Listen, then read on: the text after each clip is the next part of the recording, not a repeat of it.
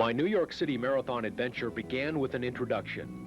Chuck Loeb, 47 years old, artist and designer, diagnosed 10 years ago with lymphoma, a disease of the blood in the leukemia family. Chuck would be my patient throughout the 13 weeks of training leading up to the New York City Marathon. I and the rest of the team in training would wear patient bracelets to aid in fundraising and determination.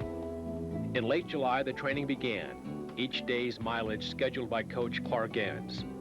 Through the summer and fall, we trained. Occasionally, we would race, testing our newfound strength. On October 26th, the team in training met with patients again for our farewell pasta dinner at the Olive Garden. Welcome, all of you, to our restaurant. It's a pleasure having you here. I think just a little bit of spaghetti and meatballs is the least that we can do. Saturday, October 31st, the team gathers at Mid-Continent Airport. My co-captain, Kathy Carlisle, and I are fit and eager. Kathy's husband, Wayne, died of leukemia 11 months earlier. This trip has special meaning for her. By the end of our journey, Amy Hall will know how to work this camera, and chaperone Tammy Hale from Leukemia's staff will know more about running than she'll probably ever want to know. In the Houston layover, we scan the New York Times for details about the next day's race. Pat Bybee flies our banner that attitude is everything. Finally, we arrive in Newark. Another pose while we wait for luggage. Then it's on to a chartered bus for the short ride into Manhattan. For some, this is the first trip to New York. Our hotel, the San Moritz on Central Park South. In the lobby, the official team photo. Then it's into the brisk fall air. We're headed for Times Square and dinner at Mama Leone's. The talk about pasta and carbohydrate loading is somewhat overstated. Scientists have developed fluids that are 4 to 5 times as effective as pasta, but this dinner is not about bolstering the stomach, it's about bolstering the soul. Like warriors headed to battle, we break bread as a symbol of our commitment to the challenge ahead and our appreciation for the sacrifices that have been made. Sunday morning, November 1st, the team gathers for a light breakfast and equipment check against the weather. Ralph Williams from Wellington has his name written on his shirt. The New York crowd loves to know who it's rooting for. Then it's on to buses for a 1-hour ride to Staten Island and the staging area at Fort Wadsworth. Your race number is your passport. You better not have left home without it. You simply will not get in.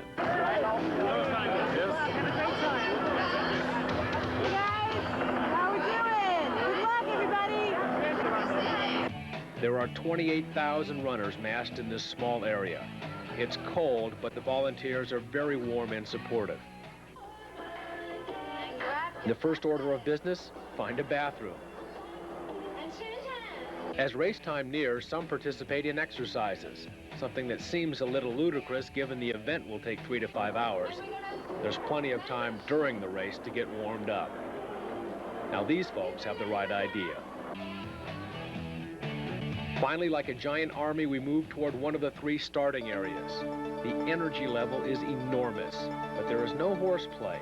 Everyone has worked too hard to risk an injury or spoil the adventure.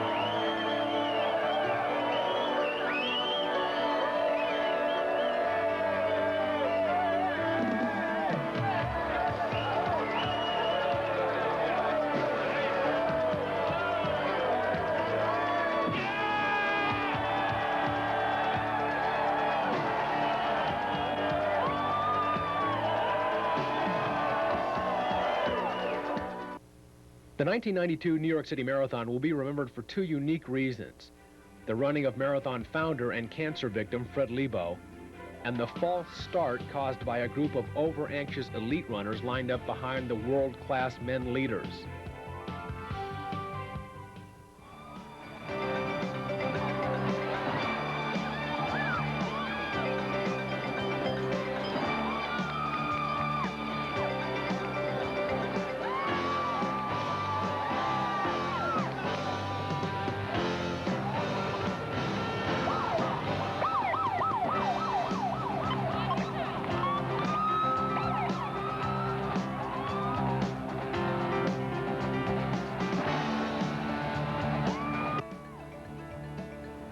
But for most of us, we were just glad to get started, even if some runners had a 55-second head start. There are a few spectacles in sport grander than the start of the New York City Marathon on the 2-mile-long Verrazano Narrows Bridge.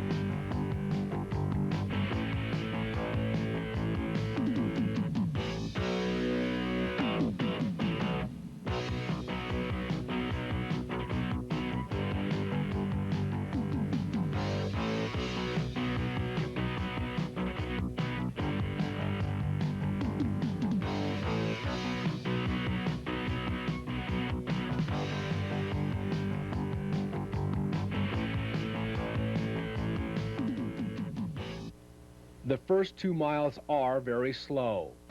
Only after you leave the bridge and begin the trek through Brooklyn do things begin to spread out and you can find anything close to your race pace, which for me is about twice as slow as the lead men who are running just under a 5-minute per mile pace. The support from New Yorkers is wonderful.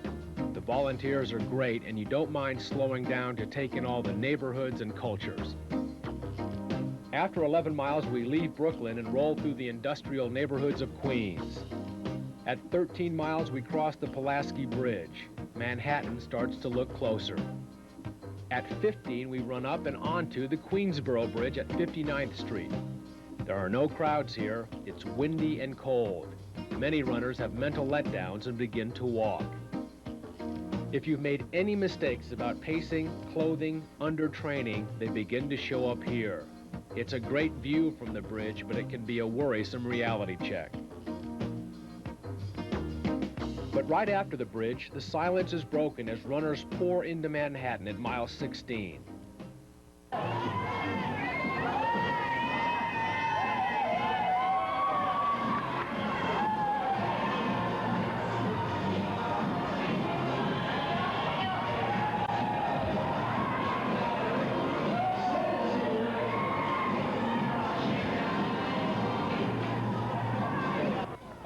This is me making the turn off the bridge onto First Avenue. My friends Barb Yarnell and Jack Brown have been waiting for more than 2 hours on top of a phone booth. Somehow they get my attention for this photo. I said something about being glad to be in Manhattan and feeling pretty good, but there are 10 miles to go. First Avenue is very uplifting. The crowds are huge, the pavement even, and for 4 miles ahead, all you can see are the marathoners who are in front of you. We leave Manhattan and enter the Bronx. This is 20 miles, arguably the halfway point. Kathy Carlisle manages a smile as she moves strongly through the Bronx and then back south toward Manhattan and Central Park. It is a beautiful fall day. The temperature stays pegged around 50. Winds have been gusting out of the north, so we finally get a wind at our back as we run south through Harlem. The colors are bright as we head down 5th Avenue. At 102nd Street, the course takes a right-hand turn into the park. This is mile 23, where in previous marathons I've really struggled. But my training is paying off, and the crowds continue to call out your name. Look on the right-hand side of the screen, and you'll see me at mile 24. Right there. At the 25-mile mark, you can see more and more people walking. You dig deeply into yourself for a little extra. I'm torn between staying focused on the blue line at my feet or enjoying the view and the crowd. Somehow, I managed to keep moving through mile 25. Just 1 mile to go. The course turns onto Central Park South, past the Plaza Hotel, Essex House, and the San Moritz. Then the final turn just shy of 26 miles and a winding uphill to this scene, the finish line. I'm simply overjoyed at this point. I've run the New York City Marathon.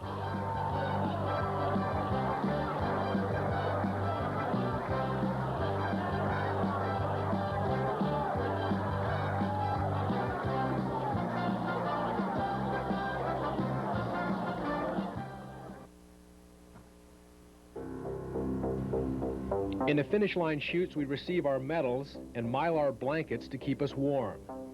Many of the runners are in tears. A sea of rustling silver moves toward the family reunion area. We decided before the race to meet by W for Wichita. Some happy teammates are waiting. With the salt of perspiration streaking my face, I take a sip of champagne and inquire about everyone else's experience. All 12 starters from Wichita would finish. The images of New York are etched in our hearts as deeply as the logo is etched into our medals. The journey is over. We have proven to ourselves in a very personal way that we are as good as we thought we were. We have been revealed to ourselves, and when challenged, we have passed the test of the marathon.